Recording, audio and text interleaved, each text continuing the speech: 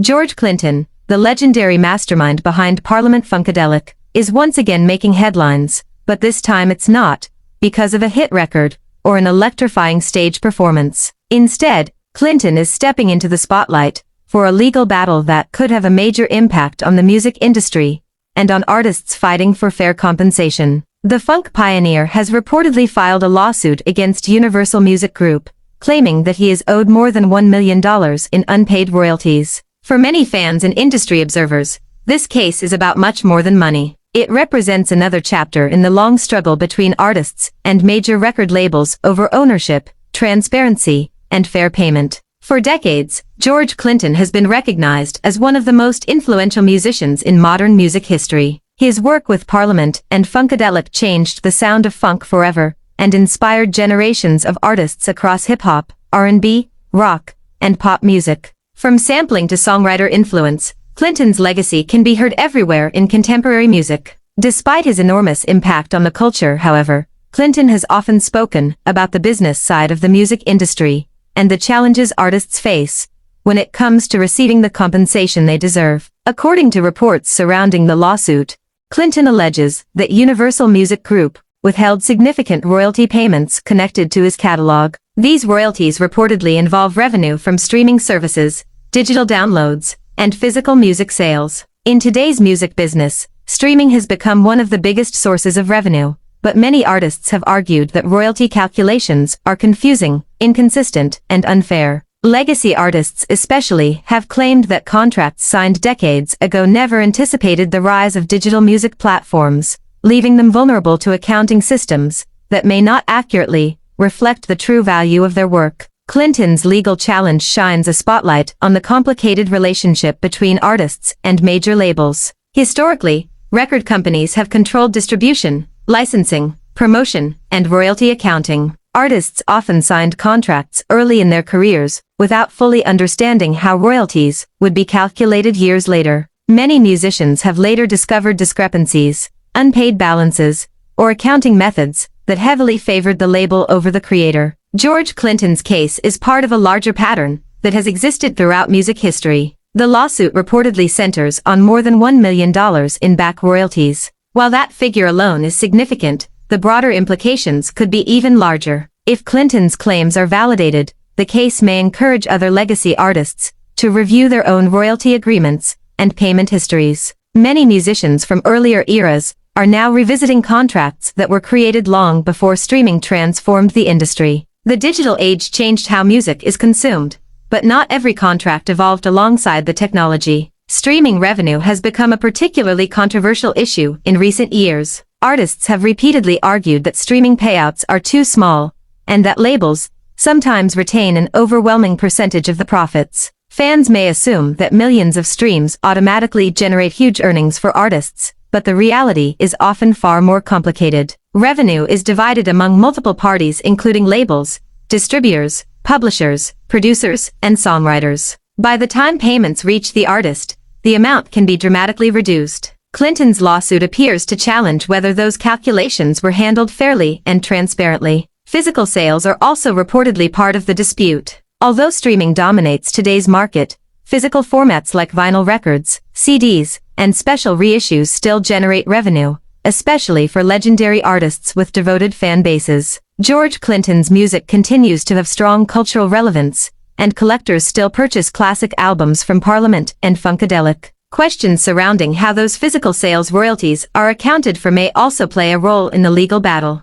This lawsuit is not happening in isolation. Over the years, many iconic artists have taken legal action against record labels over royalty disputes and ownership rights. Prince famously fought for control over his master recordings. Artists like TLC publicly discussed financial struggles despite selling millions of records. More recently, Taylor Swift's battle over her masters sparked widespread discussion about artist ownership and control. George Clinton's lawsuit adds another important voice to that ongoing conversation. For Clinton, this legal battle is also deeply connected to artist rights. Throughout his career, he has often spoken about protecting creative work and ensuring that artists are properly respected within the business structure of the industry. Many musicians create timeless art that continues generating profits for corporations long after the original contracts were signed. Yet some artists claim they never see a fair share of that ongoing revenue. Clinton's lawsuit may therefore represent more than an attempt to recover unpaid money. It may also be a stand against practices that many artists believe have existed for decades. The music industry has changed dramatically since George Clinton first entered the business. In earlier decades,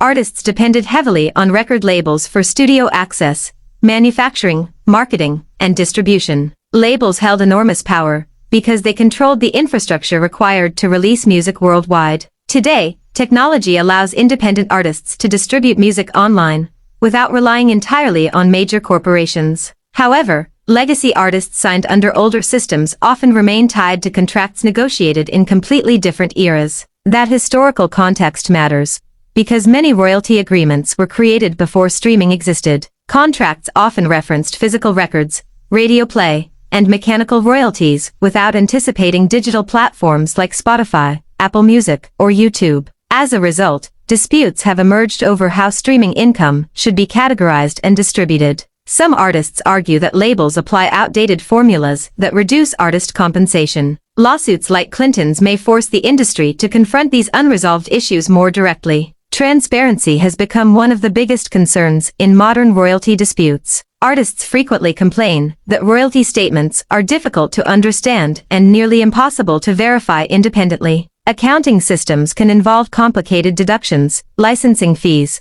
recoupment clauses, and percentages that leave artists questioning whether they are receiving accurate payments. George Clinton's allegations may resonate strongly with musicians who feel similarly frustrated by unclear accounting practices. Fans often see legendary artists as wealthy icons, but the financial reality can sometimes be surprisingly different. Many classic musicians signed contracts at young ages before they fully understood the business implications. Some deals granted labels long-term control over recordings and publishing rights in exchange for short-term opportunities. Years later, artists may discover that music generating millions in revenue still produces limited income for the creators themselves. Clinton's lawsuit could therefore become symbolic of broader industry frustrations that have existed for generations. The timing of this case is also important. In recent years, there has been growing public awareness about artist compensation in the streaming era. Social media and digital platforms have given artists more opportunities to speak openly about contract disputes and royalty concerns. Fans are now more informed about the business side of music than ever before. Conversations about masters,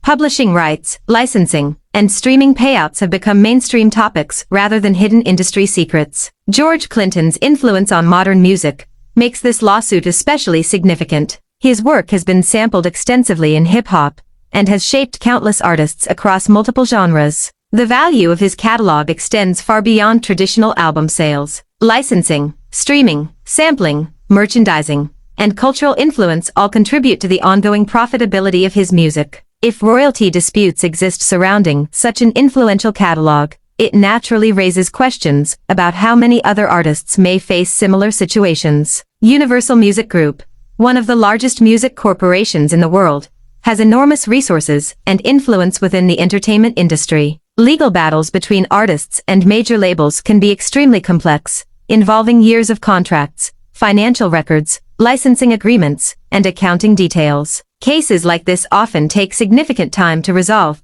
because of the intricate nature of music rights and royalty structures. Regardless of the outcome, the lawsuit itself already draws attention to ongoing concerns within the industry. For younger artists watching this situation unfold, the case may serve as another reminder of the importance of understanding contracts and ownership rights. Modern musicians are increasingly focused on retaining control over masters, publishing, and distribution. Independent releases and direct-to-fan business models have become more popular partly because artists want greater transparency and financial control. George Clinton's legal challenge reinforces the idea that ownership and royalties remain central issues in the music business. The potential impact of the lawsuit could extend beyond Clinton personally. If the case reveals problems in accounting practices or royalty calculations, it may encourage broader industry discussions about reform and fairness. Other artists from earlier generations might begin examining their own contracts more closely. Labels may also face increased pressure to provide clearer reporting